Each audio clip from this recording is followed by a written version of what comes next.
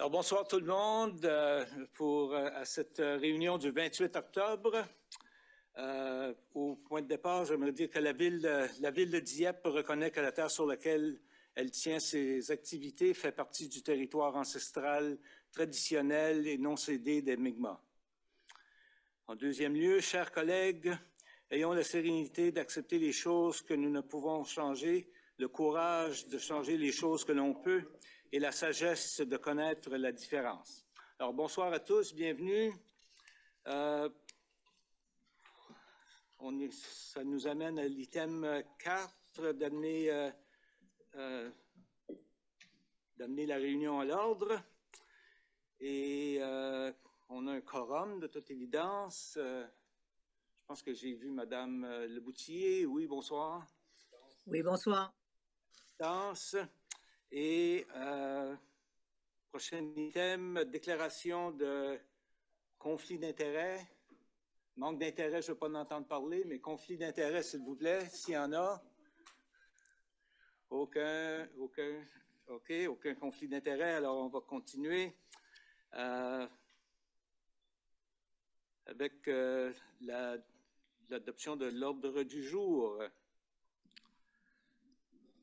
Proposition qu'on accepte l'ordre du jour proposée par Madame, par Madame Turgeon-Roy, qui est appuyée par le conseiller Brideau. Sur la question. Aucune question. Alors, ceux qui sont en faveur de la résolution signifient-le par un oui. Oui. L'avis contraire par un non. La résolution est adoptée telle que présentée. Maintenant, au l'item 8, présentation, requête et pétition. Je pense qu'il n'y a pas rien de spécial, autre que, évidemment, notre invitée favorite. Tout le monde cherche à savoir ce que c'est. Madame Hébert, sergent Hébert de la GRC qui est ici pour vous donner des nouvelles. Bonsoir, Monsieur le maire. Bonsoir les membres du conseil, les employés et le public. Habituellement, Monsieur le maire, les préférés sont les pompiers. Là, je voulais juste vous dire, mais j'apprécie vraiment le commentaire ce soir. Je vais le prendre entièrement. Alors, ce soir, pour rapporter pour la GRC de Kodiak, au niveau des services de la police communautaire, comme d'habitude, les patrouilles dans les zones scolaires continuent afin de s'assurer de la sécurité des enfants. La fin de semaine qui vient de passer, les policiers ont participé à un événement d'Halloween au Parc Rotary à Dieppe.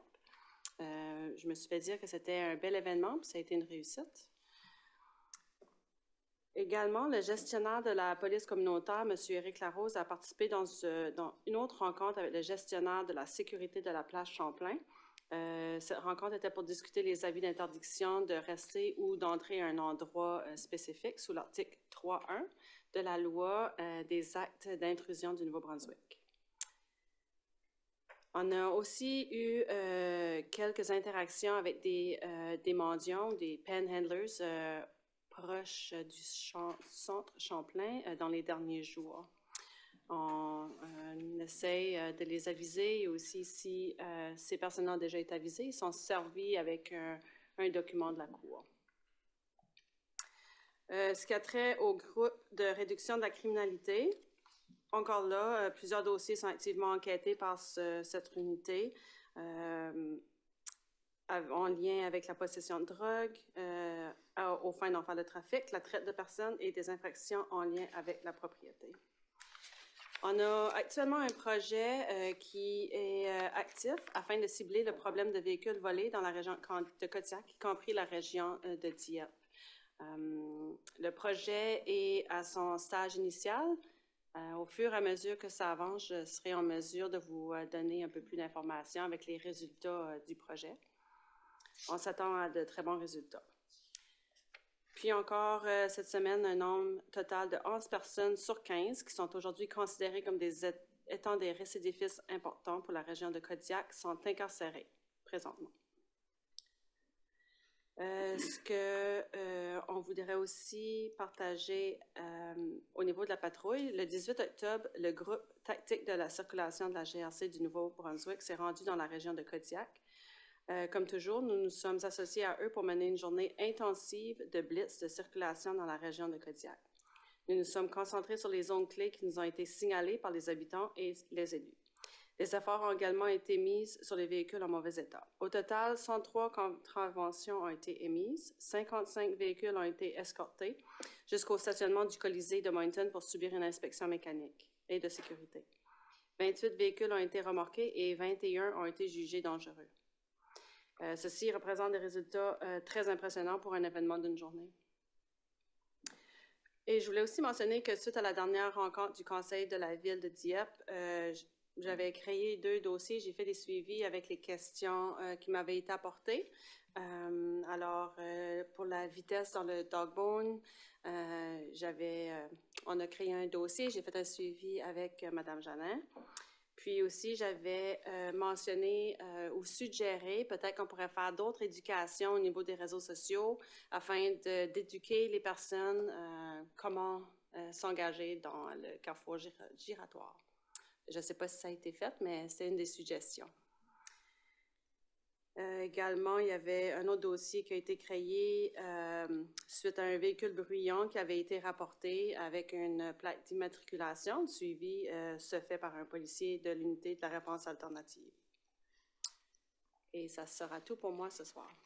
Merci bien, merci pour l'information.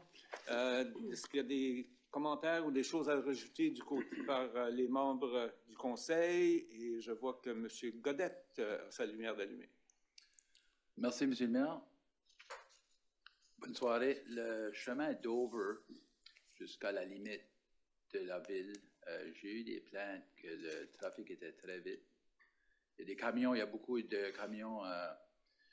C'est juste ce qui m'a été dit. Il y a une piste de terre qui a été ouverte comme dans la limite de la ville, dans le bord de Murrumbidgee. Il y a beaucoup de camions qui vont vite. Puis il y a la personne était comme inquiète pour ses enfants. Elle dit que c'était pas sécuritaire de marcher au côté du chemin parce que là, il n'y a pas de trottoir. Puis, anyway, j'ai dit, comme vous nous avez dit de faire, appeler la GRC. Elle va vous appeler, si elle ne vous a pas encore appelé.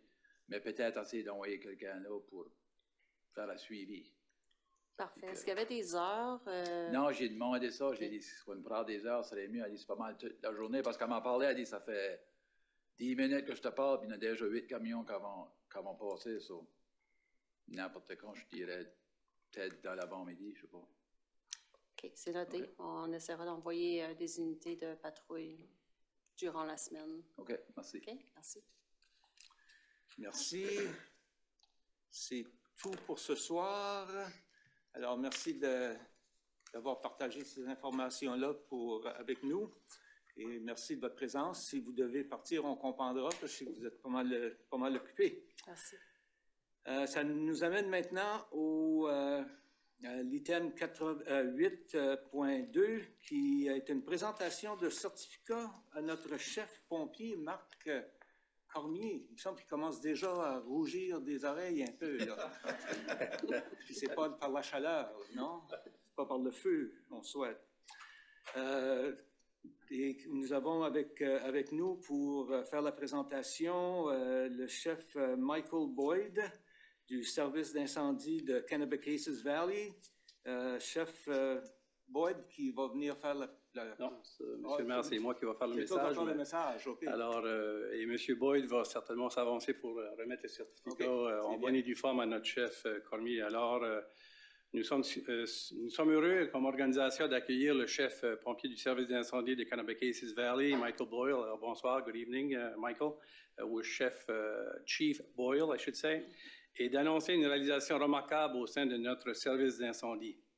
Notre chef pompier, Marc Cormier, a récemment obtenu la désignation professionnelle de chef de sécurité incendie certifié, CSIC en anglais, ECFO en français, de l'Association canadienne des chefs pompiers.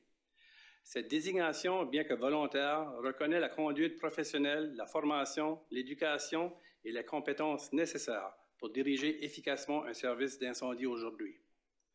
Le programme repose sur 7 thèmes essentiels: leadership, ressources humaines, gouvernance, acumen des affaires, finances, prévention des incendies et aspects techniques des services d'incendie.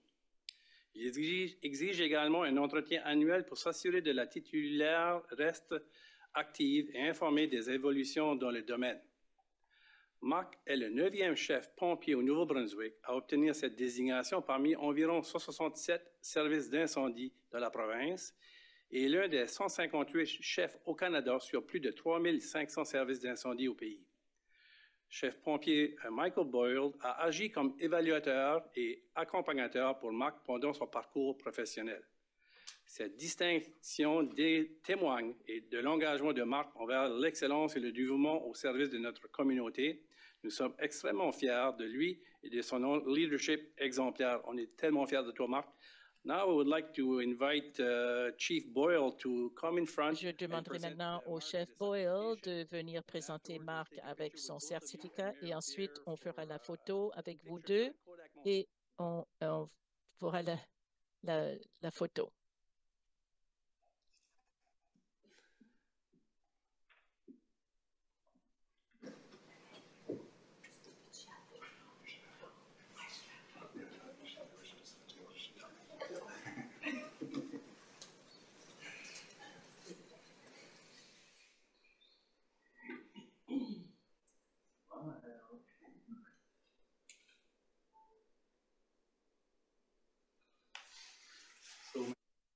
Have a picture with both of them also?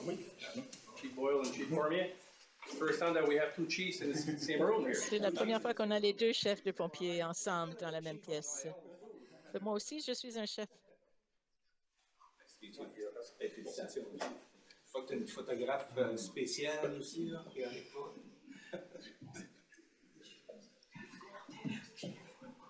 All right. Thanks for your help.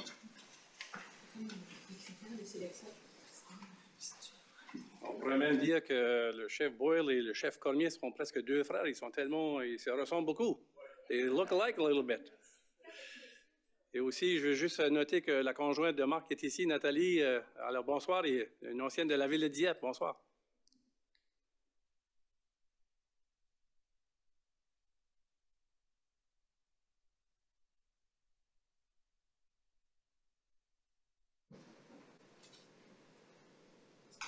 Alors, un des éléments... Ton micro, monsieur. Oups. Je l'avais éteint pour la photo.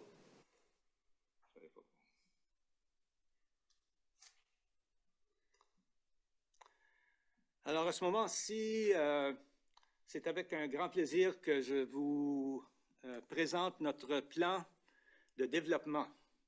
Auparavant, on a une présentation sur la Semaine nationale de l'immigration. 8.3, excusez. 8.3. Oh my God, oui. 8.3. Madame Émilie Haché, qui nous représente évidemment avec tout ce qui touche le secteur de l'immigration, qui va nous faire une présentation. Puis moi, je vais me taire.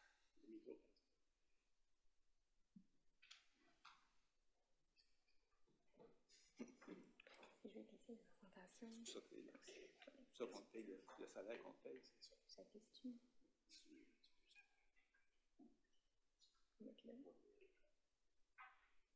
Là.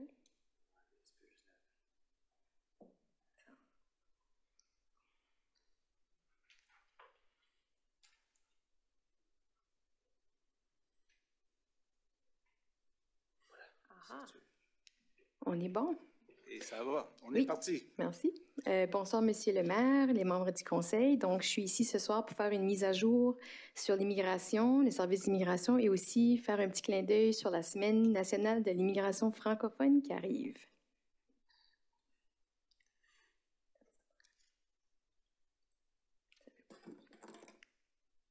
On va y arriver là. Donc, d'ailleurs, présentement, comme on le sait, l'immigration francophone, c'est un dossier qui se retrouve et qui va se retrouver aussi dans le futur cadre stratégique de la ville de Dieppe.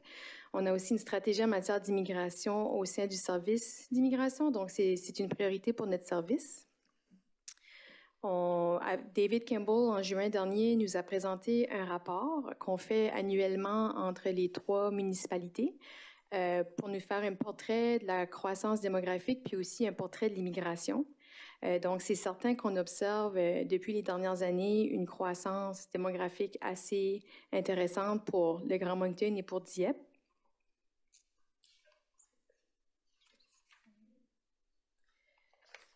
En termes d'admission de résidents permanents pour la ville de Dieppe, c'est certain qu'en 2023, on a observé un nombre record d'admissions. On avait 515 résidents permanents qui ont choisi la ville de Dieppe.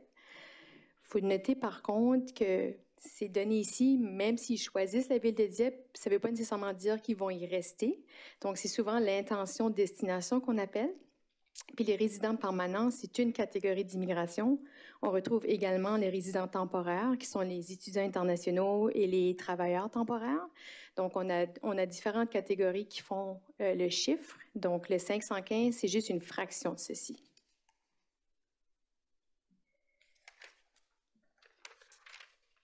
Au niveau de l'immigration francophone, pour l'année 2023, au niveau des 3 villes, donc Dieppe, Moncton et Riverview, on avait 39% des résidents permanents qui connaissaient le français ou qui parlaient le français et l'anglais. C'est certain qu'on dépasse la cible du 33%. Toutefois, si on parle éventuellement de d'autres cibles, on pourrait certainement viser plus haut. On a aussi remarqué que les immigrants allophones, donc qui parlent ni le français ou ni l'anglais, a chuté de 11%. Donc, on commence à avoir des nouveaux arrivants qui ont beaucoup plus une des 2 langues officielles. Au niveau de la population étudiante également, on retrouve environ 40% de la population étudiante qui parle les 2 langues officielles et au niveau de la moyenne des étudiants francophones aussi, on a du 40%. Donc, on a quand même une bonne population étudiante internationale francophone. Qu'est-ce qui est intéressant ici, c'est au niveau des pays d'origine.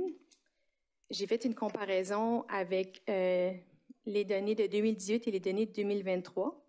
Donc, comme vous pouvez voir, les données en rouge sont les données de 2023, puis les données en bleu sont les données de 2018. Donc, on a vraiment reçu une très grande croissance, mais on a aussi eu une différente démographie qui change avec le temps. Donc, présentement, les pays principaux qu'on retrouve, c'est l'Inde, le Maroc, le Cameroun, l'Algérie, les Philippines, le Nigeria, Brésil, Côte d'Ivoire, l'Afghanistan et la Tunisie. Dans ces 10 pays-là, on a 5 qu'on retrouve le français comme langue courante. Donc, c'est quand même intéressant d'observer ça. Toutefois, une petite nuance à tout ça. Quand on parle de rétention, les nouveaux arrivants francophones sont ceux qui ont le plus bas taux de rétention. Pourquoi on explique ça? C'est parce qu'en fait, on est en contexte minoritaire qui fait en sorte que si on n'a que la langue française, parfois c'est difficile d'évoluer au niveau professionnel puis de s'installer adéquatement. Donc, les défis que ça apporte, surtout quand on parle d'immigration francophone. Présentement, les cibles qu'on a sont possiblement trop basses pour atteindre un maintien démographique de la population. Surtout si on se fie au taux de rétention, ça fait en sorte que si on a juste 47% du 39%, le petit groupe qui reste, il n'est pas très grand pour faire fleurir la francophonie. Par la suite, c'est certain qu'avec les annonces qu'on a reçues d'IRCC les dernières semaines, si vous lisez les nouvelles, avec les nouveaux taux d'immigration, on risque de voir un certain déclin démographique en raison des nouvelles mesures, soit pour les étudiants internationaux, les travailleurs temporaires et même les résidents permanents. C'est certain qu'il faut quand même voir les opportunités qu'on peut avoir en tant que municipalité. Donc, il y a l'Association francophone des municipalités, eux, recommandent une augmentation des cibles d'immigration francophone. Il y a également la SANB et la FCFA qui recommandent des augmentations des cibles d'immigration francophone. Au niveau des institutions postsecondaires francophones, c'est certain que c'est important de continuer à les appuyer. Il faut s'assurer de continuer à avoir un positionnement clair et précis en appui à l'immigration francophone, notamment dans notre stratégie de francophonie qui est à développer, la stratégie d'immigration et le cadre stratégique de la ville de Dieppe. Il faut continuer à maintenir des collaborations étroites avec les autres instances qui appuient l'immigration francophone. Puis c'est certain qu'il faut continuer à mettre en œuvre une programmation durant la semaine d'immigration francophone que je vais vous présenter ce soir. Donc, la semaine d'immigration francophone, cette année, on a la chance d'avoir une semaine très intéressante, surtout pour la ville de Dieppe, en raison du CAFI, qui va avoir sa 3e édition de Monde en Fête cette fin de semaine, qui commence ce vendredi jusqu'au dimanche. La ville de Dieppe est très fière d'être un grand partenaire de cet événement. Je pourrais même dire qu'on est un des principaux partenaires. Par la suite, au niveau du personnel, on aura aussi des formations. On va aussi avoir des activités de sensibilisation tout au long de la semaine. Puis, on va avoir une activité avec les étudiants du CCNB le mercredi. Et on va également avoir une activité pour les enfants le vendredi. Donc, on a essayé vraiment de toucher plusieurs volets. Et aussi, avec la présence de Monde en Fête, ça va nous permettre d'avoir une belle semaine bien animée. S'il y avait des commentaires ou des questions? Questions, commentaires de la part des membres du Conseil.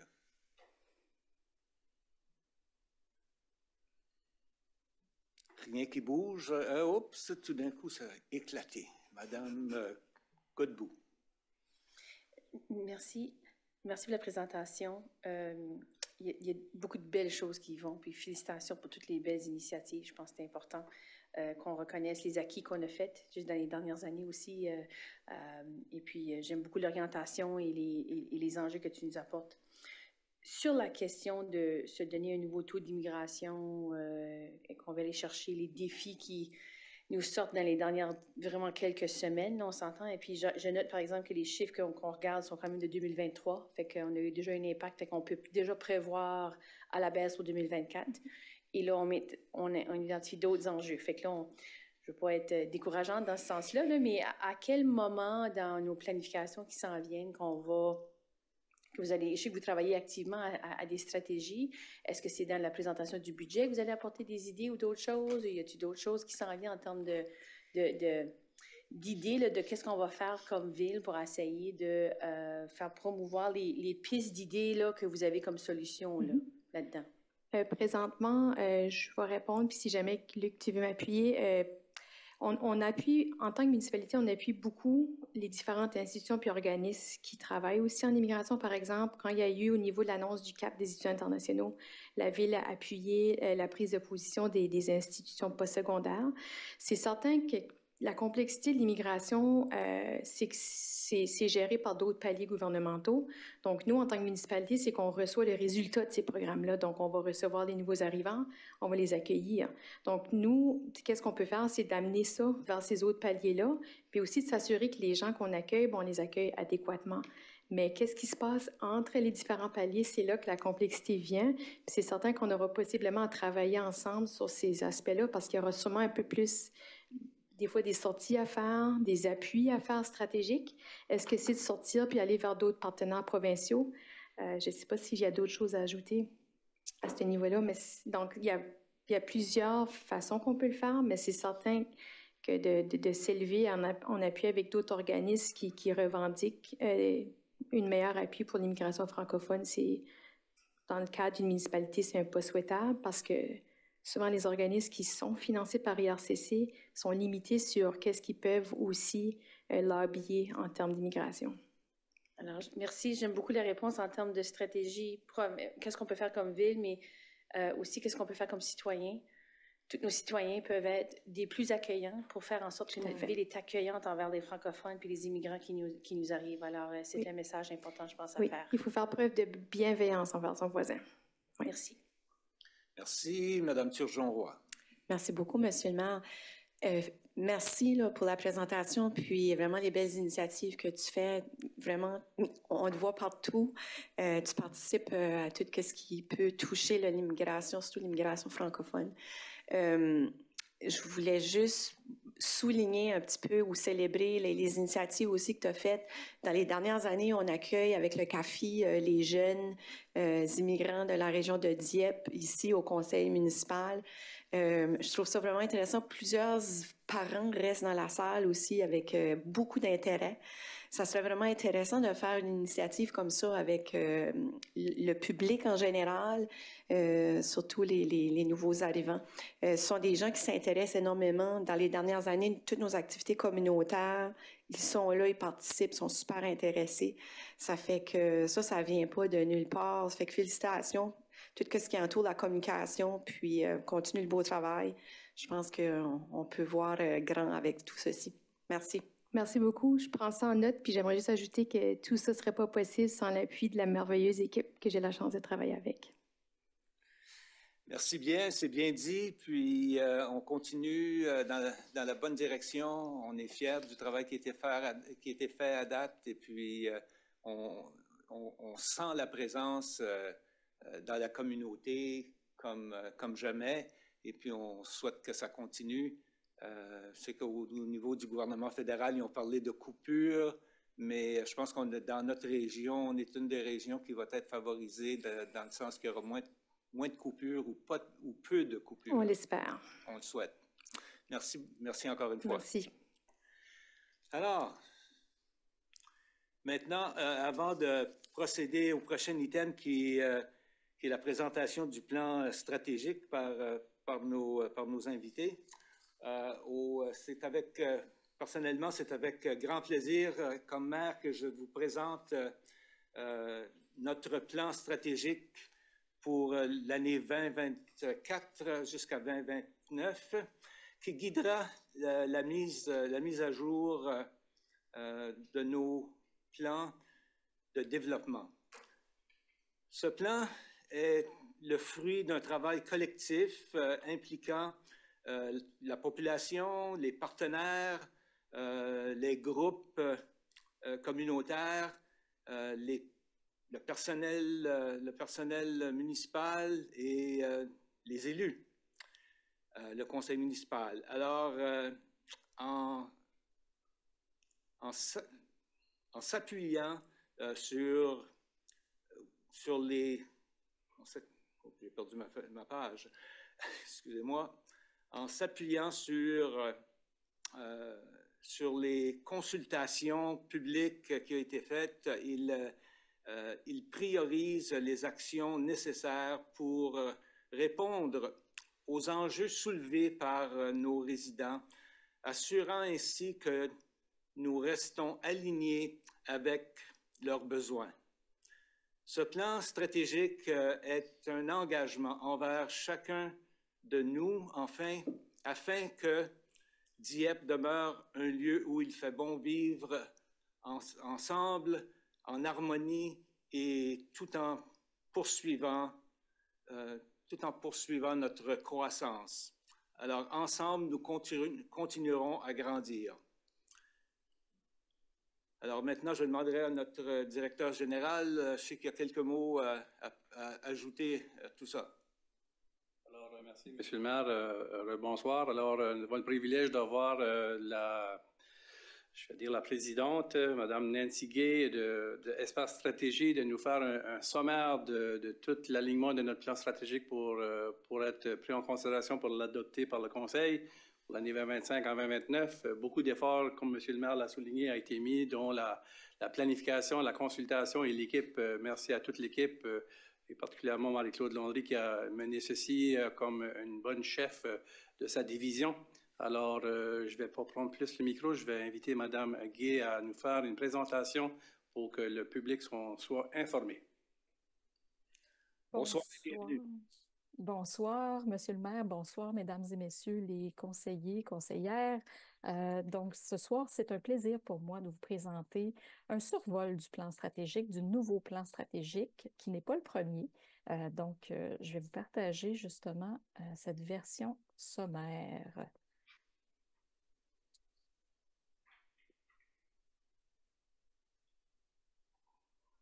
Donc, ce que je vous présente ce soir, en fait, c'est le résultat d'une démarche qui a été entreprise au printemps dernier pour la mise à jour de la planification stratégique de la ville de Dieppe. Comme je l'ai mentionné, ce n'est pas le premier plan, ce ne sera certainement pas le dernier.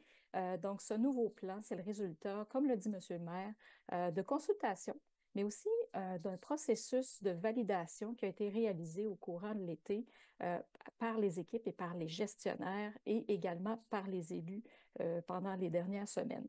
Donc, vous allez constater, quand je vais vous présenter le nouveau plan, c'est qu'il reflète surtout la volonté d'adopter une perspective globale de développement durable, d'accueil, d'ouverture aussi, tout en protégeant la francophonie, le caractère francophone de la ville. Donc, vous allez voir, c'est un plan de consolidation. On vient confirmer beaucoup de choses. Donc, tout d'abord, ce qui a été confirmé dans le cadre de la démarche, c'est que la mission et les valeurs de la ville sont toujours d'actualité. Donc, je vous rappelle justement la mission de la ville qui est de rayonner comme ville francophone inclusive et moderne, fière de ses racines acadiennes et offrant des services et des infrastructures de première qualité en harmonie avec l'environnement. Donc, ce n'est pas étranger avec les présentations qui ont eu lieu avant moi. Donc, l'inclusivité est importante. Le développement durable aussi, vous en entendez souvent parler. Donc, ça vient confirmer cette mission. Également, au cours de la démarche, on a pu confirmer que les valeurs d'intégrité, d'inclusion et d'innovation dont fait preuve la Ville depuis quelques années, qu'elle a adopté ces valeurs, sont toujours d'actualité. Donc, on n'a pas nécessairement touché à ça. Ce sur quoi on a travaillé, en fait, au cours des consultations. En fait, le plan stratégique, le résultat que je vous présente ce soir, c'est le cadre stratégique. C'est vraiment le résultat d'une démarche participative, puis aussi une démarche de co-création. Nous, les consultants, on est là pour entourer les démarches, poser des questions, mais amener justement le public, les OSBL, les organisations partenaires, le conseil municipal, bien entendu, les employés de la ville et l'équipe de direction et les gestionnaires de la ville à vraiment prendre vraiment le plan en main pour pouvoir le réaliser au cours des prochaines années. Donc, la phase de consultation nous a permis justement de recueillir des perceptions concernant l'identité de la ville et quelques éléments de vision. Nous a aussi amené à réaliser la priorisation des différents enjeux qui ont un impact sur la ville et aussi de générer des idées d'action pour atteindre la vision. Tout à l'heure, vous avez posé des questions sur comment on va faire concrètement pour y arriver en termes de cible d'immigration. En fait, justement, il y a eu plusieurs idées qui ont été brassées. On est au niveau du plan stratégique ici, mais vous allez voir, on a des retombées sur lesquelles on prévoit travailler au cours des prochaines années. Donc, tout ça nous a permis, comme je vous ai dit, de vraiment identifier les enjeux clés pour la ville de Dieppe. Je vous les résume ici. Dans la version complète du plan stratégique, vous pourrez voir plus en détail tout ce que ça peut impliquer, ces 6 grands enjeux-là. Donc, l'équilibre entre l'offre et les besoins de logement, le déclin du français et la perte d'identité acadienne, la préservation de l'équilibre entre les milieux naturels et la croissance urbaine, la pression sur la capacité des systèmes et de l'organisation, le transport collectif et actif, ainsi que le sentiment de sécurité. Donc, ce sont 6 enjeux prioritaires qui ont émergé pendant les consultations, mais qui ont aussi fait l'objet justement d'une priorisation. Et comme vous l'avez vu tout à l'heure, lorsqu'Émilie a fait la présentation au niveau de l'immigration, on n'est pas toujours en mesure d'être l'acteur principal qui intervient, qui agit sur ces enjeux-là. Mais par contre, dans le cadre stratégique, dans le plan, on prévoit quand même contribuer justement à réduire les impacts de ces fameux 6 enjeux-là. Donc, ça nous amène un petit peu plus loin. Je vous rappelle ici l'identité stratégique.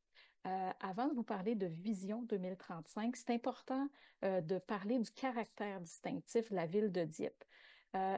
Particulièrement dans votre cas, l'identité, c'est toujours quelque chose qu'on doit renforcer ou protéger pour rendre la ville attrayante pour les résidents actuels, mais aussi pour les résidents futurs. C'est très important dans le cadre dans le contexte de Dieppe de mentionner justement cette identité et de s'y référer pour les prochaines années, pour garder en tête de qui on est, pour savoir comment on va réussir à pouvoir atteindre notre vision. Donc, les 3 éléments, les 3 piliers de l'identité stratégique, une empreinte francophone et acadienne qui s'enrichit au contact de la diversité, un milieu de vie convivial, imprégné de nature et une ville dynamique à la croissance marquée. Donc, vous voyez l'importance de la francophonie, de notre identité acadienne, mais aussi de la diversité, de l'inclusion, de l'ouverture, de l'accueil qu'on fait aux nouveaux résidents, aux nouvelles populations qui se joignent à nous. Milieu de vie qui est dynamique, qui est convivial, mais aussi les éléments naturels qui sont vus dans cette identité. Ça vient vraiment préciser votre personnalité. Enfin, c'est une ville vraiment dynamique, mais on remarque, vous l'avez vu dans la présentation d'Émilie, encore une fois, la croissance marquée des dernières années. Ça fait partie de votre identité stratégique. Tout ça nous permet de se lancer dans un défi pour les prochaines années, c'est-à-dire notre vision 2035. Donc, quelle sera-t-elle notre vision 2035? En fait, ça doit refléter l'ambition de la ville de Dieppe.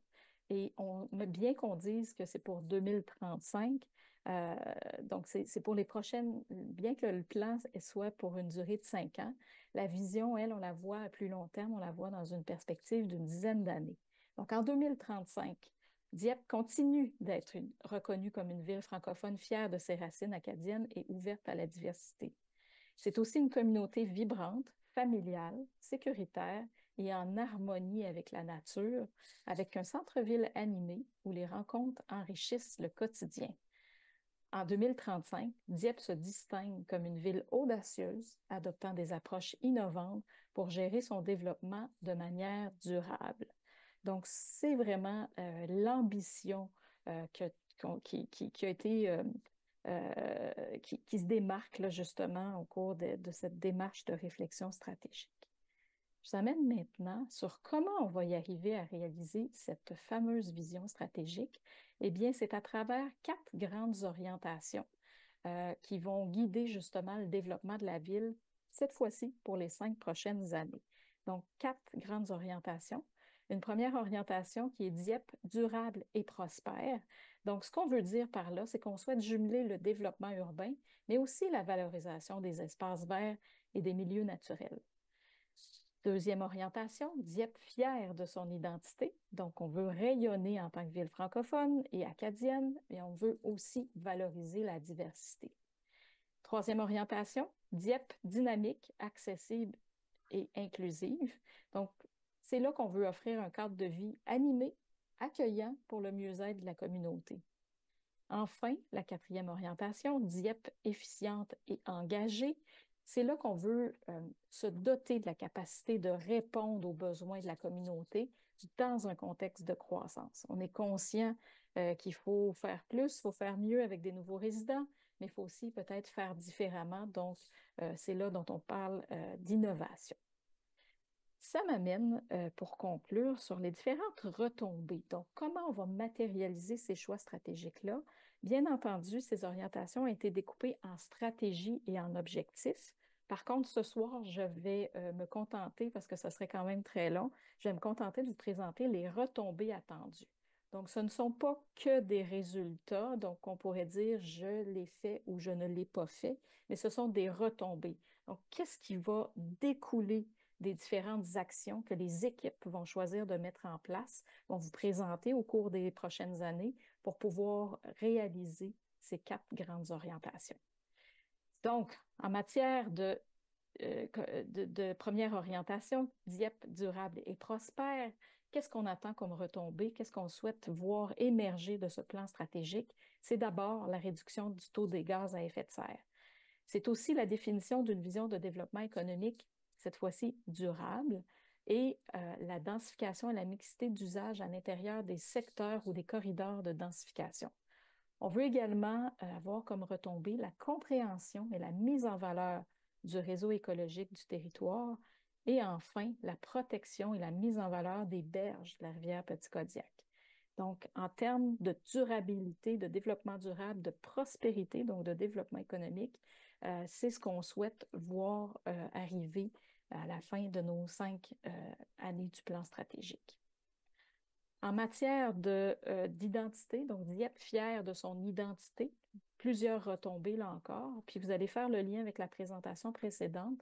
Donc, ce qu'on souhaite, ce qu'on veut retrouver dans les prochaines années, c'est l'augmentation de la proportion de services et d'activités en français offerts par les commerces et par la communauté. C'est l'augmentation des cibles d'immigration francophone. C'est l'attraction, l'inclusion et la rétention importante de personnes immigrantes francophones, la conservation des acquis de la communauté francophone, l'accroissement de la présence acadienne sur le territoire et une meilleure connaissance du patrimoine acadien. Donc, je poursuis avec la troisième orientation. Donc, DIEP, dynamique, accessible et inclusive.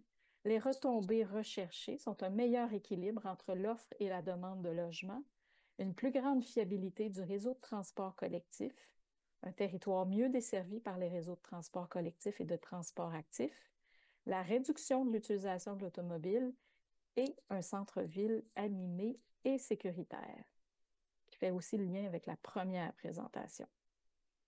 Enfin, quatrième orientation, qui est davantage tournée vers l'organisation municipale. Donc, les retombées attendues sont l'amélioration des services aux résidents, l'utilisation efficiente des ressources humaines et financières de la ville et l'optimisation des initiatives de participation publique. Donc, voilà les retombées attendues. Comme je l'ai mentionné tout à l'heure, c'est un survol rapide du plan stratégique. C'est vraiment à partir de ces orientations que les équipes ont travaillé sur un plan d'action qui est découpé vraiment en stratégie, en objectifs, en cibles plus précises. Et comme je vous le mentionnais, au cours des 5 prochaines années, ils auront la possibilité de réaliser certaines actions qui ont déjà été identifiées ou d'identifier des opportunités qui vont amener à l'atteinte des cibles. Donc voilà, c'est ce qui fait le tour de ma présentation. Merci bien. Je pense que c'est bien reçu. Je vais certainement demander si parmi mes collègues, il y en a qui ont des questions ou commentaires. Questions, je vois Mme Jeannin, s'il vous plaît. Merci, Monsieur le maire. Superbe présentation. C'est vraiment excitant qu'on a un nouveau plan stratégique devant nous pour la ville. Puis je suis sûre que ça va vraiment nous guider vers des bonnes décisions puis des bons choix à faire pour la ville. Mon commentaire, vous le connaissiez un petit peu déjà. C'était par rapport à notre vision stratégique, la page 11 du document. Puis la page 12 où on avait choisi le mot ouvert à la diversité. C'est ça. Donc, en tant que francophone, c'est très important qu'on puisse mettre de l'avant la francophonie puis de préserver tout ce qu'on peut en matière de francophonie.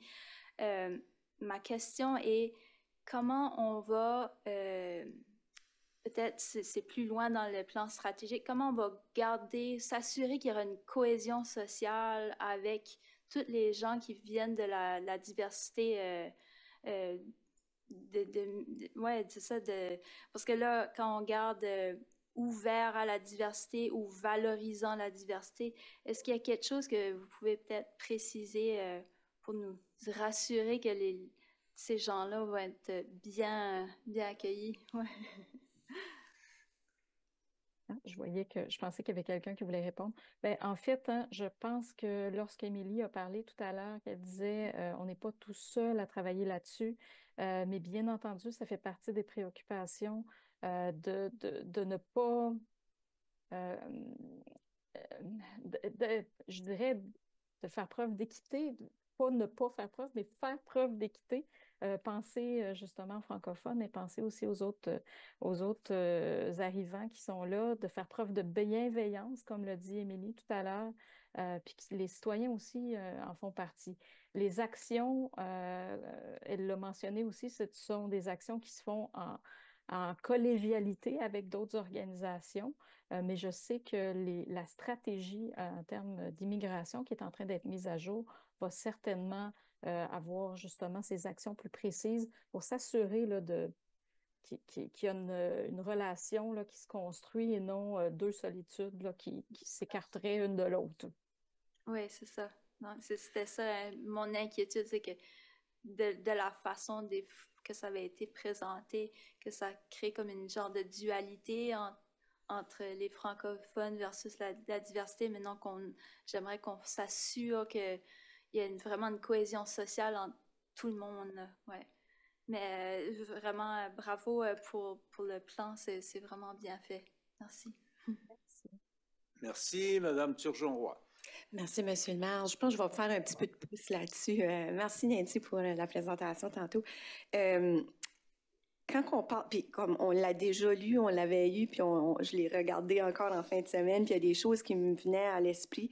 Quand on parle de nos valeurs au niveau de l'inclusion, la diversité, etc., on semble un petit peu, je ne sais pas si c'est peut-être plus loin, c'est peut-être dans les actions, mais écarter tout l'aspect d'inclusion, équité, diversité, mais aussi d'accommodation, on semble parler uniquement de l'immigration francophone, mais on ne parle pas des autres communautés dans son ensemble. Je pense que dans nos valeurs, notre mission de la ville, j'ose croire que la diversité et l'inclusion comprend les autres communautés aussi, tu sais, comme je veux dire, on parle des personnes ayant des handicaps, les communautés LGBTQ+, etc.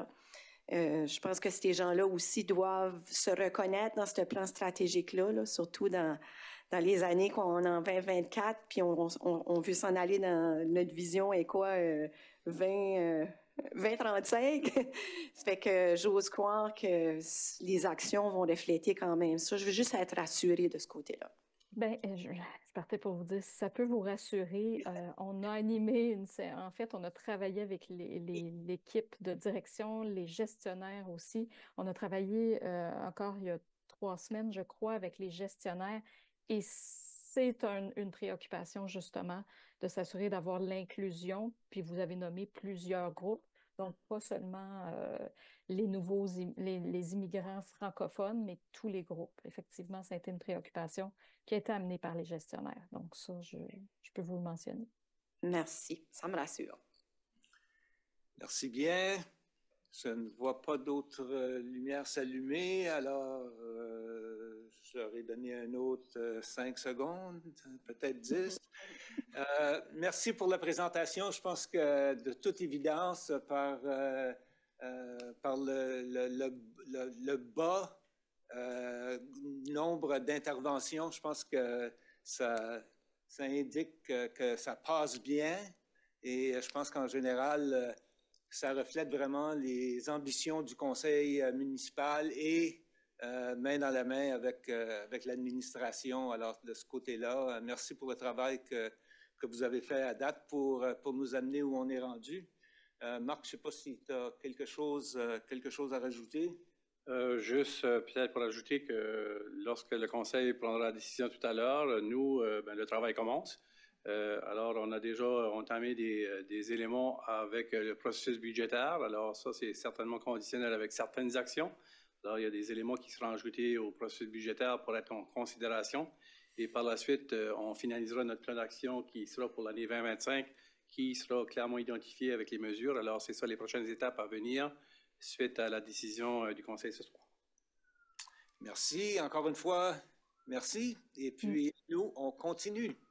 Merci beaucoup. Bonne soirée. À la prochaine. Ça m'amène au numéro 9. Question de notre vaste public. Aucune question aucune question téléphone ni web. OK. Ni par le web, ni par le téléphone. Alors, ça nous amène maintenant à l'item numéro 10.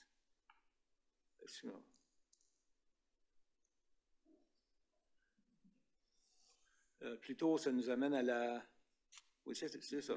Procès verbal. Procès verbal de la réunion du 15 octobre. Proposition proposée par le conseiller Brideau, qui était appuyée par le conseiller... Godette. Excusez-moi. Le conseiller Godette sur la question. Je pense qu'il était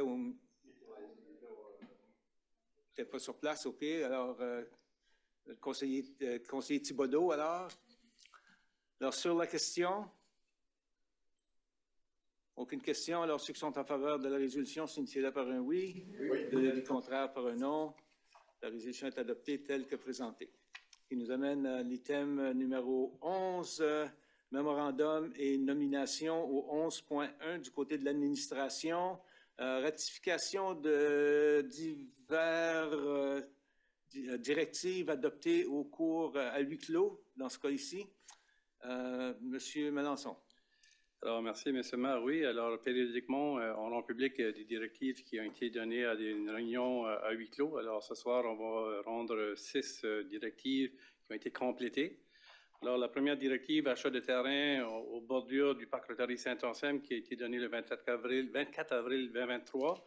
Vous allez voir qu'il y a 2 actions qui vont suivre, dont d'autres ratifications qui étaient rattachées à cette directive ici lors d'une réunion à huis clos.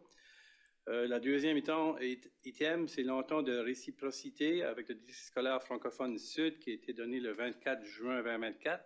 Alors ici, c'est une entente qui a été révisée qui confirme encore une fois la bonne collaboration entre les 2 parties qui sont présents depuis une longue date. C'est une nouvelle entente aussi qui précise le partage des infrastructures et la définition des responsabilités entre des entités, alors la ville de Dieppe et les écoles. Alors ici, je parle de tout l'accès aux installations sportives, aux gymnases et aux facilités terrain de jeu. Et en échange, c'est l'entretien des terrains, l'utilisation de nos installations. Alors ceci fait partie de l'entente.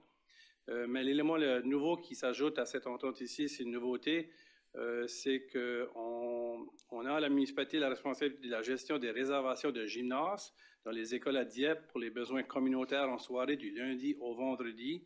Alors, ceci fait partie de cette nouvelle entente aussi. Alors, on a donné accès à plusieurs heures d'utilisation de gymnases pour notre communauté.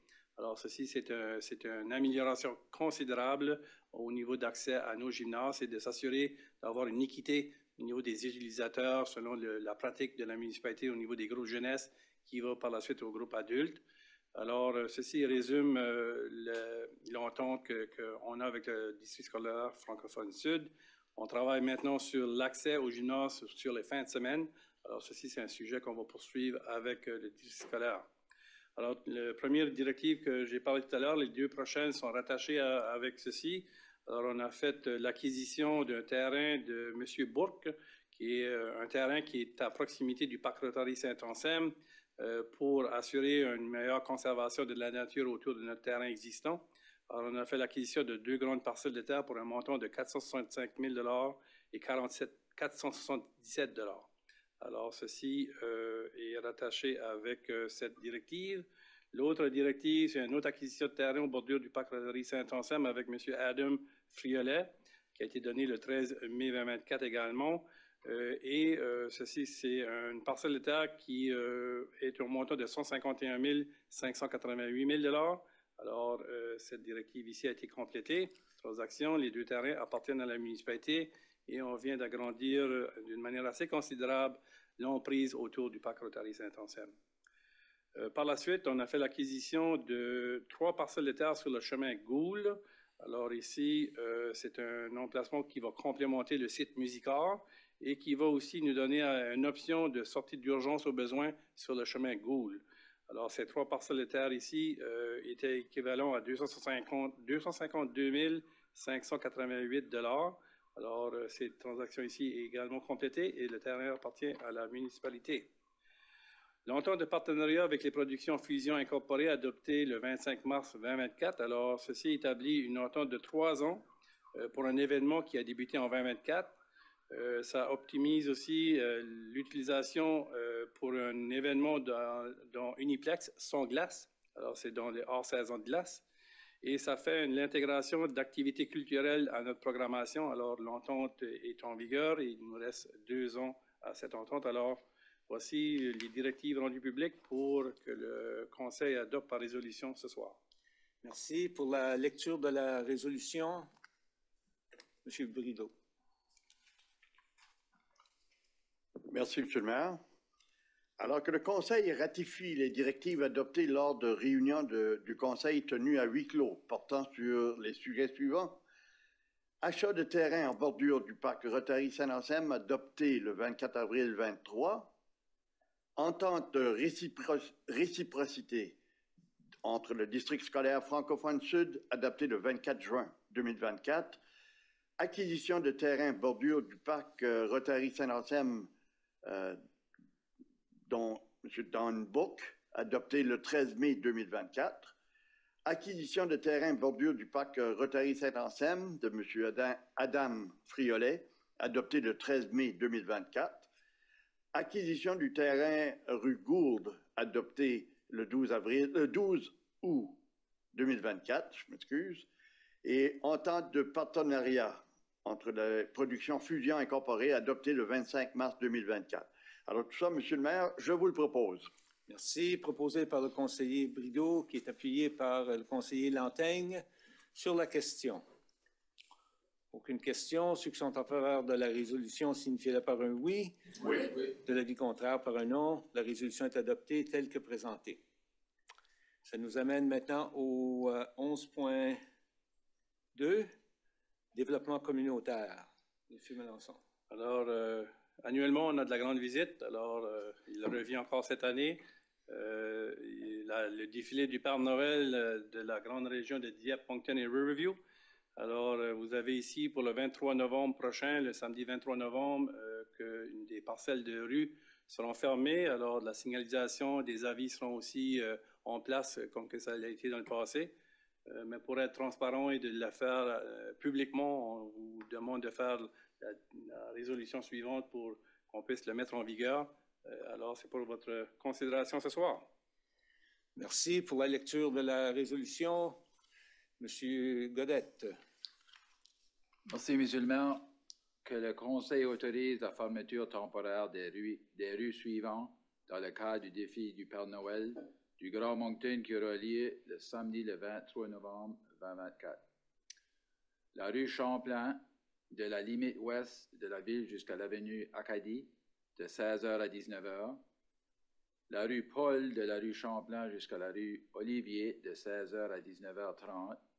Et l'avenue Virginia, de la rue Champlain jusqu'à la rue Beauséjour, de 16h à 19h. Je te le propose. Merci. Proposé par le conseiller Godette, appuyé par la conseillère Leboutillier. Sur la question. Aucune question. Ceux qui sont en faveur de la résolution signifient-le par un oui. Oui. De l'avis contraire par un non. La résolution est adoptée telle que présentée. Maintenant, au 11.2.2, l'adjudication d'un contrat. Monsieur Mélenchon. Alors, la Ville de Dieppe, depuis quelques années, on s'est donné comme approche d'accueillir des événements d'importance, de grande envergure. On a eu des bonnes réussites, on a des bels événements qui ont été réalisés dans notre communauté. On souhaite poursuivre dans cette initiative ici. Alors, on propose de retenir le service de GM Events Incorporé pour un montant de 55 000 $ plus TVH, afin de nous donner un encadrement de comment s'assurer d'avoir un événement et d'avoir l'organisation de haut niveau et de s'assurer qu'on a les capacités comme organisation de pouvoir accueillir les événements qu'on cible. Alors, cette entité ici va nous permettre de nous accompagner et de nous outiller pour mieux évaluer les événements potentiels et de choisir ceux qui sont de mise et de bonne dimension pour la municipalité de Dieppe. Alors, pour considération ce soir. Merci pour la lecture de la résolution. Madame Jeannet. Merci, Monsieur le maire. Que le Conseil adjuge le contrat visant la mise en œuvre du plan d'action événementiel à GM Events Incorporated au coût total de 55 000 plus TVH et autorise que cette dépense soit prélevée sur le compte numéro 1-2-20-18-2870, budget de fonctionnement général tourisme. Je propose. Merci. Proposé par la conseillère Jeannet, qui est appuyée par la conseillère Turgeon-Roy sur la question. Sur la question, Madame Godbout. Il y avait 2 items que je voulais confirmer qui seraient considérés dans le plan qui serait mis de l'avant. Le premier, c'est au niveau de la capacité de logement. Est-ce qu'il y aurait des commentaires dans le rapport qui pourraient nous être utiles lorsqu'on va regarder à nos arrêtés au niveau de Airbnb et d'autres choses. Alors, je ne sais pas ce qu'ils vont regarder l'idée de logement. Est-ce qu'il y aurait la capacité d'une communauté d'accueillir ces événements-là, la nécessité ou pas d'avoir le logement et quelle sorte de logement doit être présent pour justement appuyer ces genres de activités-là? Est-ce que ça cadrerait dans les considérations qui pourraient être incluses? Monsieur Richard. Monsieur Richard. Oh, Denis Leblanc est en ligne, excusez. Alors, Encore Denis, mieux. oui. Donc, c'est certain que... Denis, juste une question de clarification. Est-ce qu'on parle ici de Dieppe seulement au niveau de Airbnb ou de logement? Ben, je parle de commentaires, oui, mais c'est certainement, je chercherai des commentaires au sujet de Dieppe, là. Okay. Mais est-ce que c'est quelque chose qui va être considéré ou pourrait faire partie des commentaires qu'on ferait? Donc, c'est certain quand on parle de capacité d'événement, c'est un peu ça qu'on veut savoir. Donc, on a eu des championnats, qu'on s'est dépendu des hôtels dans les environs. Donc, on veut savoir à un moment donné, puis il y aura des choix à prendre par la municipalité, puis par le conseil à un moment donné. Est-ce qu'on veut un événement qui peut remplir nos hôtels à Dieppe? Ou est-ce qu'on veut des événements qui peuvent remplir nos hôtels un peu autour? Donc, c'est certain qu'au niveau de la capacité d'être un organisme qui peut accueillir des événements, c'est certain que ça va faire partie de l'étude. Puis, qu'est-ce qui est notre capacité de le faire? On sait que l'année passée, le championnat de Ringuette, c'est certain que les hôtels de Dieppe, les hôtels dans les environs étaient pleins eux aussi. Mais c'est quel genre d'événement que la ville veut faire? Est-ce qu'on est correct que les hôtels dans la région sont pleins ou est-ce qu'on veut seulement garder ceux-là de Dieppe qui va évidemment réduire la capacité ou la grandeur de nos événements? Et puis donc, la question qui suit, c'est est-ce qu'on va dépasser dans l'étude le cadre des hôtels ou est-ce qu'on va aller aussi dans le cadre de d'autres outils qui sont disponibles dans des villes de façon générale avec les résidences secondaires pour le logement à court terme comme les Airbnb, des choses comme ça? Est-ce qu'on va considérer ça aussi? Celui-là est un peu plus complexe parce que des fois, ils vont apparaître pendant des événements puis ils vont disparaître après l'événement. Donc, c'est un peu plus complexe, mais c'est certain que c'est un modèle qui existe autour du Canada. Puis c'est certain de quoi qu'on va évaluer, mais c'est quoi qui change assez fréquemment le nombre de Airbnb qui existent dans la municipalité de jour à jour. Complètement d'accord. Puis, dans l'absence d'une politique, je me demande juste si vous avez l'occasion dans le rapport, ça serait intéressant et utile, je pense. Moi, je serais intéressée à voir si une politique sur ces enjeux-là devient quelque chose qu'on doit prendre en considération et si oui, qu'est-ce qui sont les enjeux qui peuvent venir l'influencer. Donc, pour moi, ça serait un commentaire additionnel qui serait utile dans le rapport, juste pas se limiter aux hôtels. Je pense qu'il faut qu'on regarde la réalité des municipalités, c'est que la plupart de ces activités-là, on le voit, il y en a qui c'est avec succès, il y en a qui c'est avec plainte. Fait qu'on a des communautés qui se plaignent parce que justement, on utilise les Airbnb et d'autres choses de façon pour convenir dans ces circonstances-là. Fait que j'aimerais mieux comprendre cet enjeu-là, ce qu'on est en train d'étudier, cette politique-là. Le deuxième critère aussi, que je ne sais pas ce qu'on va la regarder, c'est ça suggère que peut-être que oui, c'est justement le besoin de nos groupes bénévoles qui souvent on se fie dessus. Alors, je ne sais pas si dans les rapports, ils vont parler du rôle des groupes de bénévoles dans ces scénarios-là, puis qu'est-ce qu'on peut faire comme ville pour venir les appuyer dans ces circonstances-là si on va se fier aux bénévoles. C'est un peu ça le premier point qu'on va travailler, c'est qu'est-ce qu'on appelle le Sport Hosting Governance Plan. Donc, de quelle façon que est-ce que la ville a les ressources pour avoir des gros événements comme qu'on a eu le championnat de Ringuette? Est-ce que la communauté a les outils et les personnes en place pour faire ces choses-là? Donc, il va y avoir une évaluation sur comment est-ce qu'on va gouverner puis comment est-ce qu'on va, une fois que l'événement a été gagné ou qu'on a eu un événement qui peut venir à Dieppe, de quelle façon que la ville, les partenaires, les parties privées, les parties prenantes, les bénévoles, comment est-ce qu'on va jouer chacun notre rôle puis bien le jouer. Donc, c'est certainement quelque chose qui va faire partie de cette évaluation-là. Merci. Merci. Autre question? Je n'en vois pas. Alors, ceux qui sont pour la lecture de la résolution, oui. La lecture a déjà été faite. Excusez-moi. Alors, on a passé aux questions. Alors, ceux qui sont en faveur de la résolution, signifient-le par un oui. Oui. L'avis contraire par un non. La résolution est adoptée telle que présentée. Qui nous amène au 11.3. 11.3.1, le plan stratégique qui nous a été présenté ce soir, 2025-2024, M. Mélenchon. 2029. Alors, je pense que tout a été dit. Je ne vais pas répéter. Alors, je pense que le Conseil, vous devriez être prêt et être en position de pouvoir prendre un vote. Alors, je vous laisse le privilège. Merci pour en faire la lecture, M. Thibodeau. Merci, Monsieur le maire. Que le Conseil adopte le plan stratégique de la Ville de Dieppe pour la période de 2025 à 2029. Je le propose. Proposé par le conseiller Thibodeau, appuyé par le conseiller Lanteigne sur la question. Aucune question. Ceux qui sont en faveur de la résolution signifient par un oui. Oui. De l'avis contraire par un non. La résolution est adoptée telle que présentée. Et merci à tous. Item 12.1, l'arrêté Z9 pour l'année 2017, modifiant le plan d'aménagement municipal. Monsieur Melançon. Alors ici, c'est pour faire la lecture intégrale et la troisième lecture. Alors, l'information a été partagée lors de la dernière réunion. Alors, c'est la personne qui sera de vive voix en faire la lecture ce soir. Monsieur Lanteigne, vous allez vous risquer. Allez-y. Avec plaisir.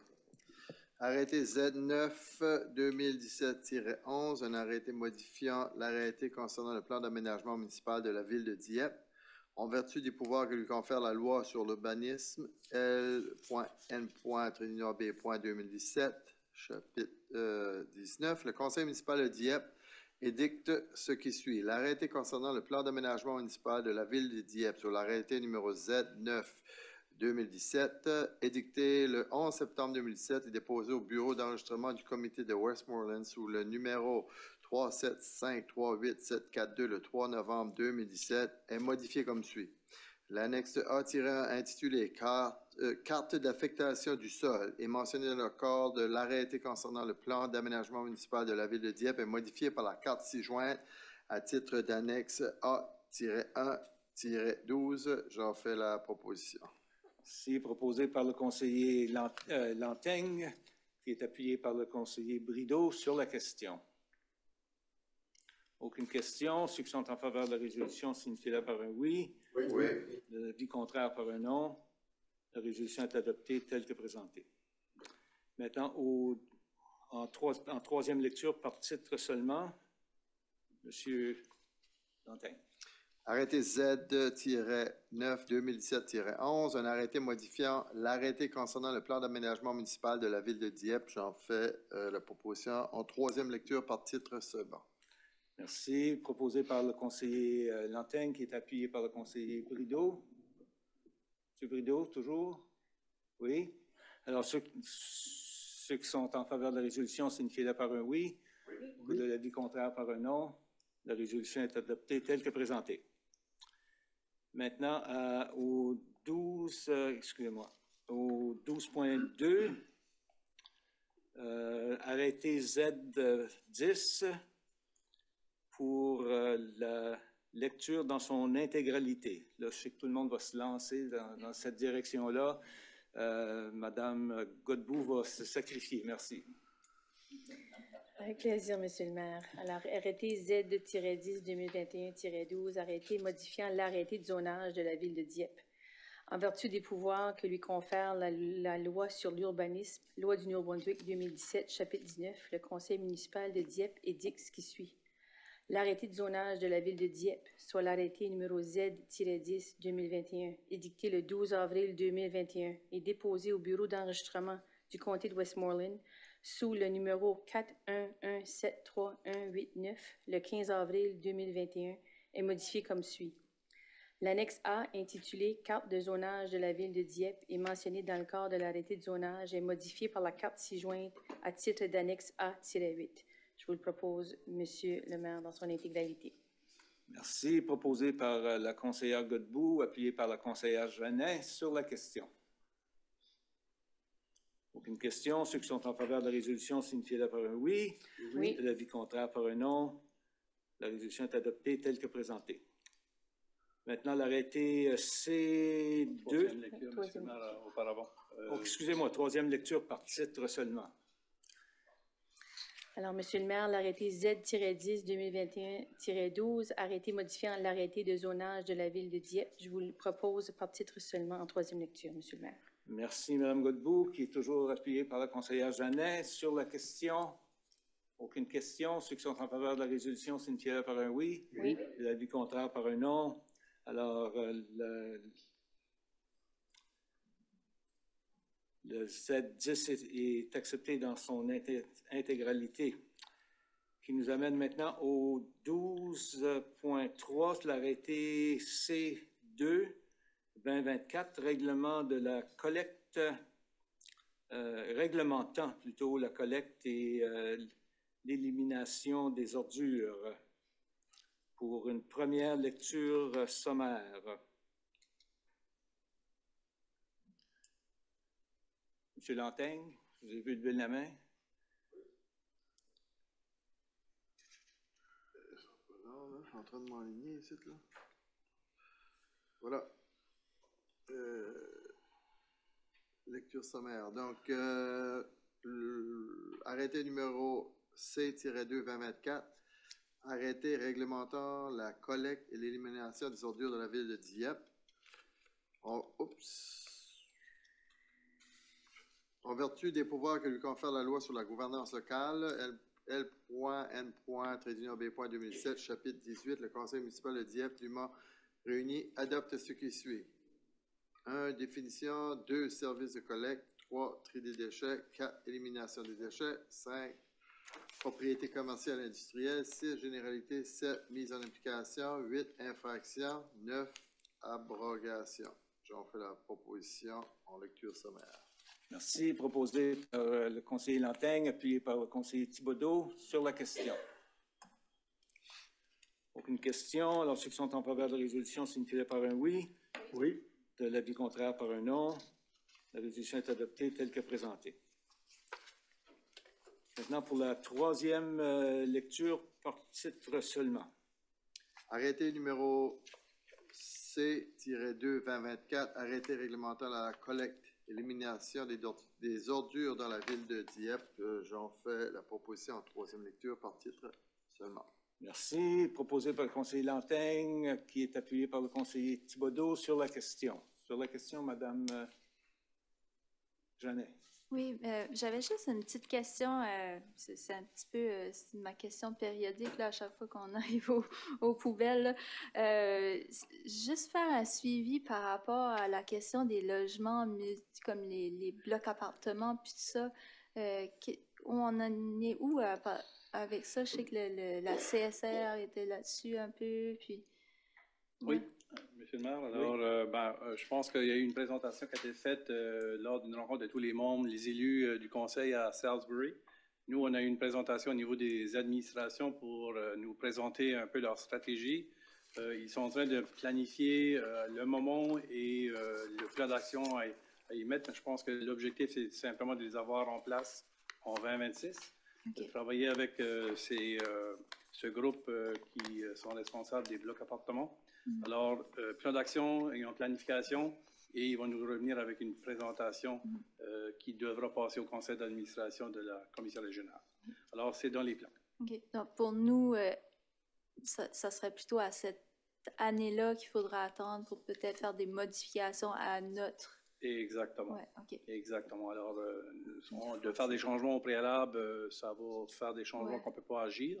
Ouais. Alors, il faut donner le temps à l'industrie de pouvoir s'adapter et de pouvoir faire le service comme il se doit de le faire aussi. Et aussi avec l'ajout maintenant de Circular Material, qui est une autre étape de séparation avec le bleu. Alors, il y a tout ça qu'on doit s'adapter aussi comme communauté et toute la région aussi. OK. Merci. Merci bien. Autre question, Mme Godbout. Je vais faire un peu de pouce moi aussi là-dessus, puis peut-être avec une observation, une suggestion. Je comprends absolument qu'on ne peut pas imposer quelque chose tant qu'on n'a pas un peu d'autres directions et d'autres règlements en place, etc. Mais est-ce qu'il ne serait pas possible de donner un préavis à nos développeurs, avec les appartements qui s'en viennent, de l'intention de la ville de vouloir mettre ça en place en temps et lieu? Puis je dis ça parce qu'après ça, ils viennent nous voir en 2026, puis là, il faut donner une période d'ajustement, puis là, c'est 2-3 ans. Mais quand tu peux donner du pouce, puis avec toutes les applications de permis de construction, là, qu'il y ait une note ou quelque chose, un préavis de ce qui s'en vient qui soit ajouté. J'aimerais ça qu'on soit un petit peu plus proactif, là, sachant qu'on ne peut pas imposer, mais qu'ils ne reviennent pas avec « on ne savait pas ». Là. Okay? Fait que je ne sais pas si à quelque part dans notre processus, il n'y aurait pas une opportunité de donner un préavis de nos intentions de fortement appuyer des choses dans cette direction-là. Moi, je pense que ça serait une belle façon de, au moins après ça, leur dire quand ça va venir le temps de l'imposer, c'est beaucoup plus facile. Ça fait partie du gestion du changement, si tu veux. Là. Heads up, là, ça s'en vient.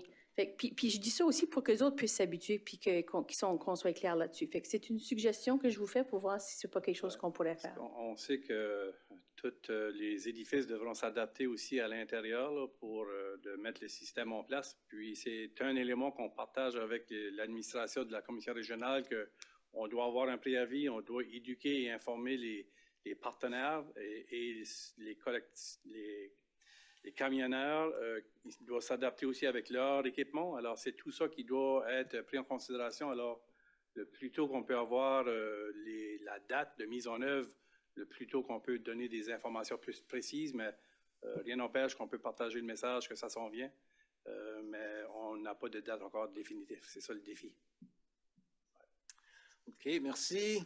Je pense que il nous reste seulement qu'une section et c'est votre droit de parole. Peut-être, monsieur, je ne sais pas si on a adopté oui, en troisième lecture. Est-ce qu'on a passé le vote? On n'a pas fait le vote parce qu'il y a encore des questions. On a fini avec les questions. Alors, ceux qui sont en faveur, signifiez-le par un oui, ou de l'avis contraire par un non. J'étais convaincu qu'on l'avait passé, mais c'est fait maintenant. On va commencer avec Mme Leboutier. Il n'y a rien pour moi ce soir, Monsieur le maire. Okay, merci. Alors, Monsieur Godette. Merci, Monsieur le maire. Juste une chose qu'une personne m'a contacté pour le transport à la demande, l'application Blaise. Les endroits où il faut que tu te rendes pour passer des tels endroits, il faut que tu te rendes, la personne n'a pas de ramasser devant la maison. Mais j'avais des préoccupations, une famille qui utilisait ce service-là, puis restant dans le Dover Road, juste aux limites de la ville. Puis il faut qu'il se rende à Bayview Court pour.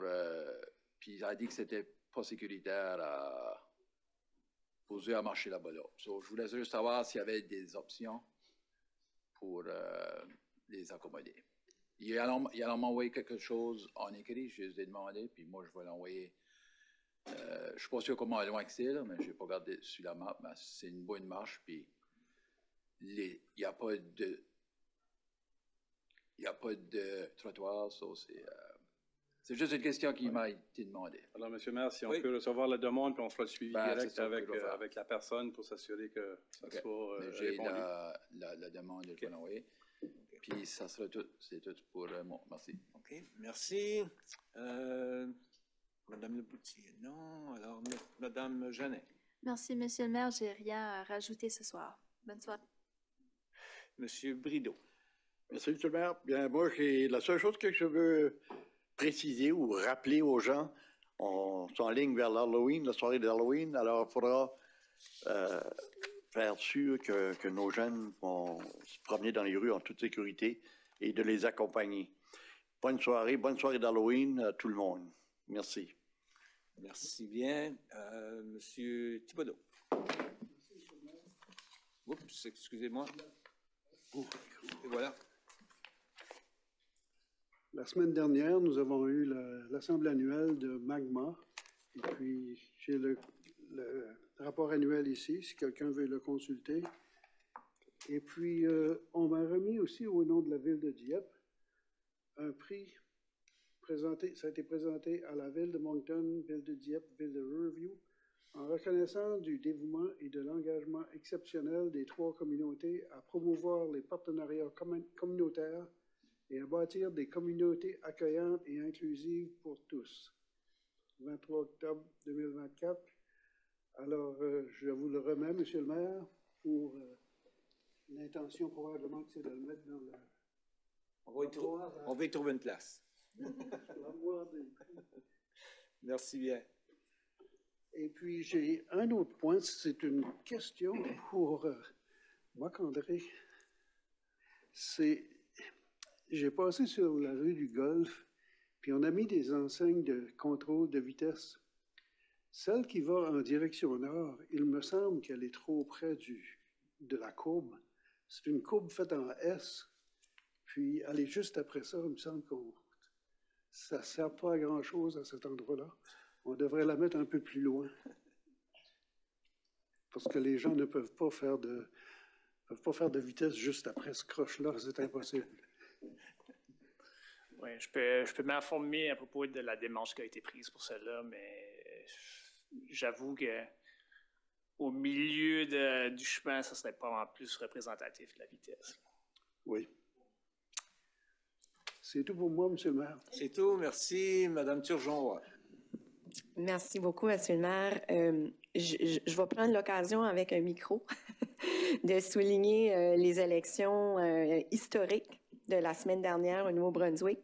Pour la première fois, les citoyens et citoyennes ont élu une première ministre et notre circonscription a également élu sa première femme députée représentante de Dieppe. Donc, je tiens à féliciter Natacha Vautour pour cette victoire inspirante, mais je ne peux pas oublier aussi de féliciter Robert Gauvin pour son engagement continu envers notre municipalité. Je dois aussi poursuivre en soulignant que c'est une avancée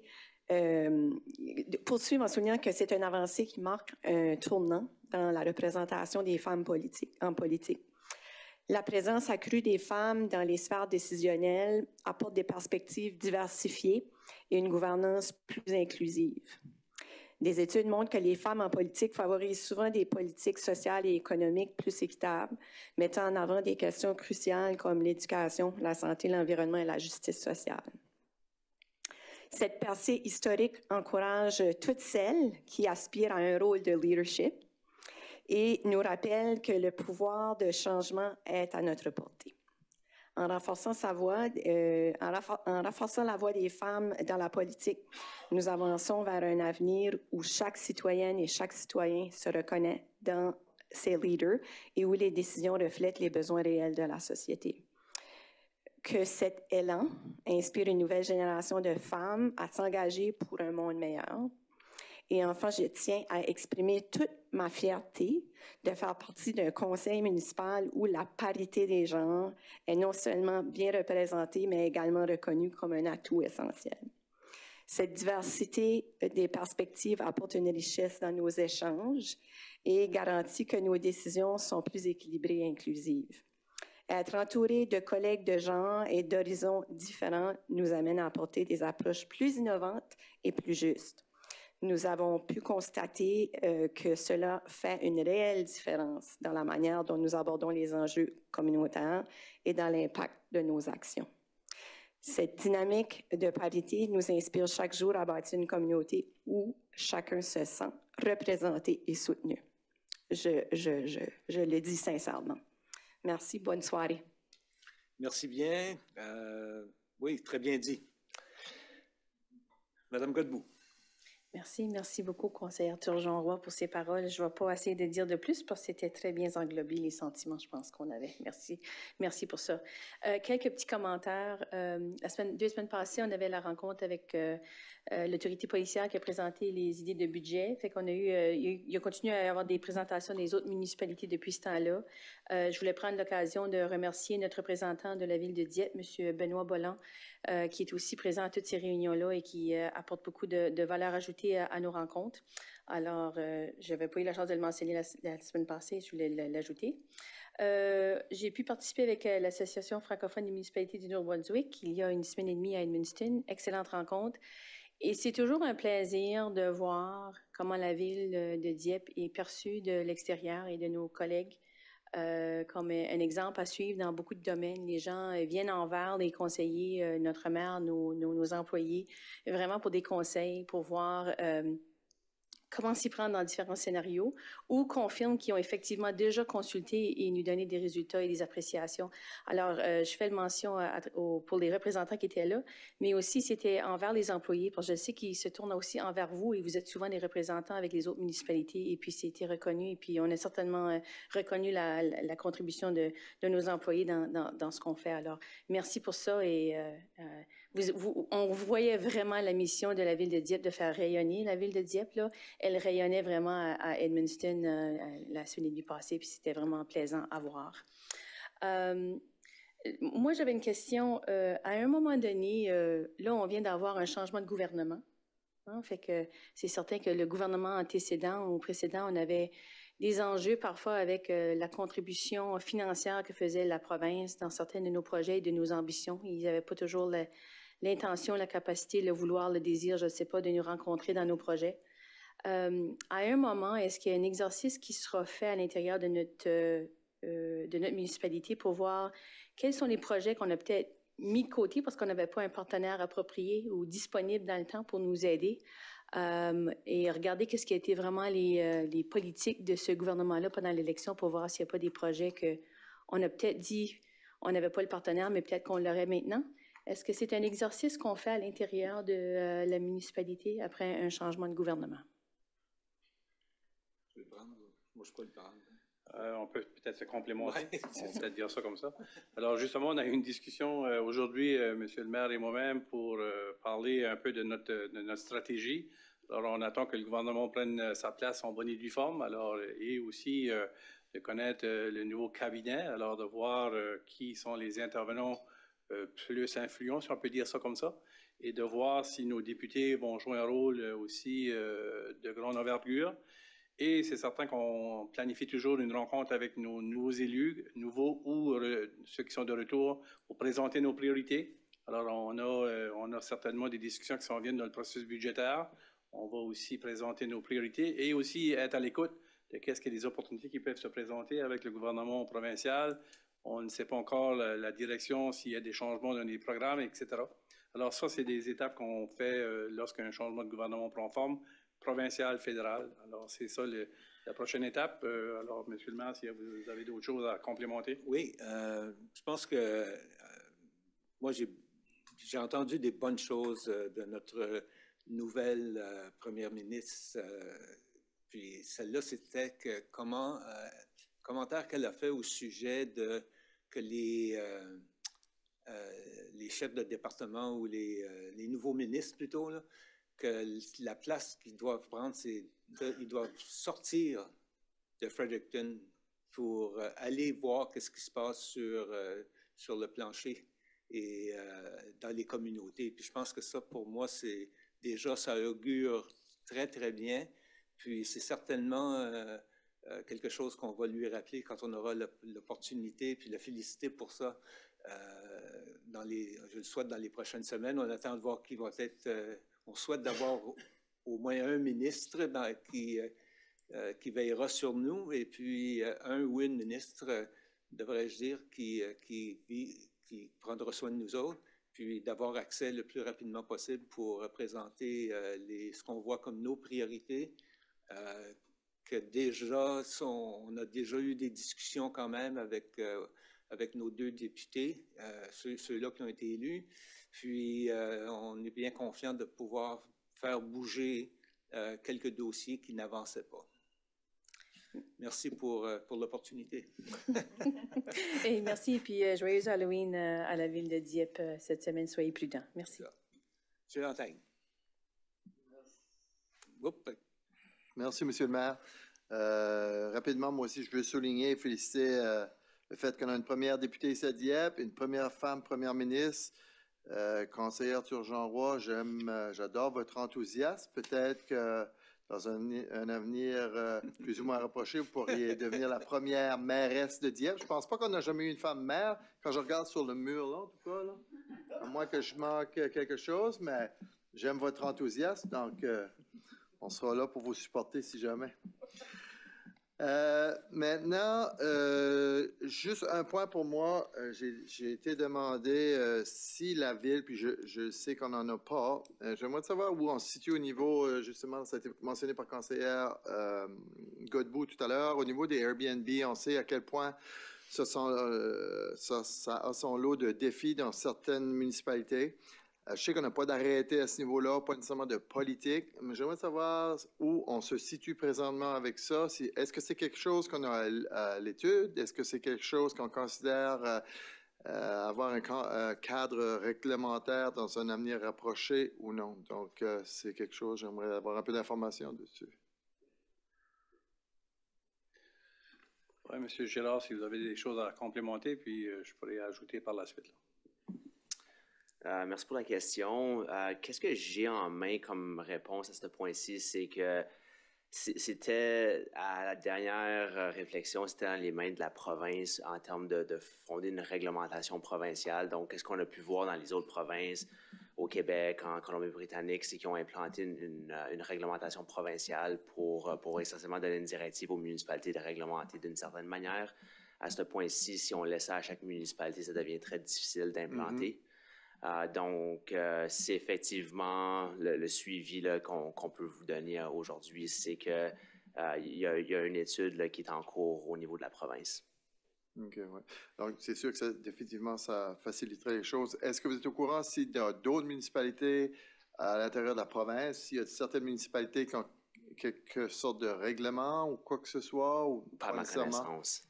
C'est vraiment, ça a été une question soulevée par plusieurs municipalités. Donc, quand j'ai fait partie des discussions au niveau provincial, c'est sûr que c'est un défi là, qui est soulevé par plusieurs municipalités. Et donc, la raison que la province voulait jouer quand même un rôle de leadership à avoir, là, est-ce qu'ils peuvent légiférer au niveau provincial? OK, ben, merci pour la réponse. Puis, à mon tour, je veux juste souhaiter un bel Halloween, puis en toute sécurité, surtout à tous nos petits monstres. Peut-être sur ce commentaire-là, M. le maire, c'est que les gens ne peuvent pas circuler dans les rues jusqu'à 20 h le 31 octobre. Alors, puis je sais qu'il y a une programmation d'activités qui se déroule aussi dans la communauté, mais pour ceux qui sont du porte-à-porte, c'est jusqu'à 20 h le 31. Parfait, merci. Bonne soirée. Merci. Bonne fin de soirée à tous.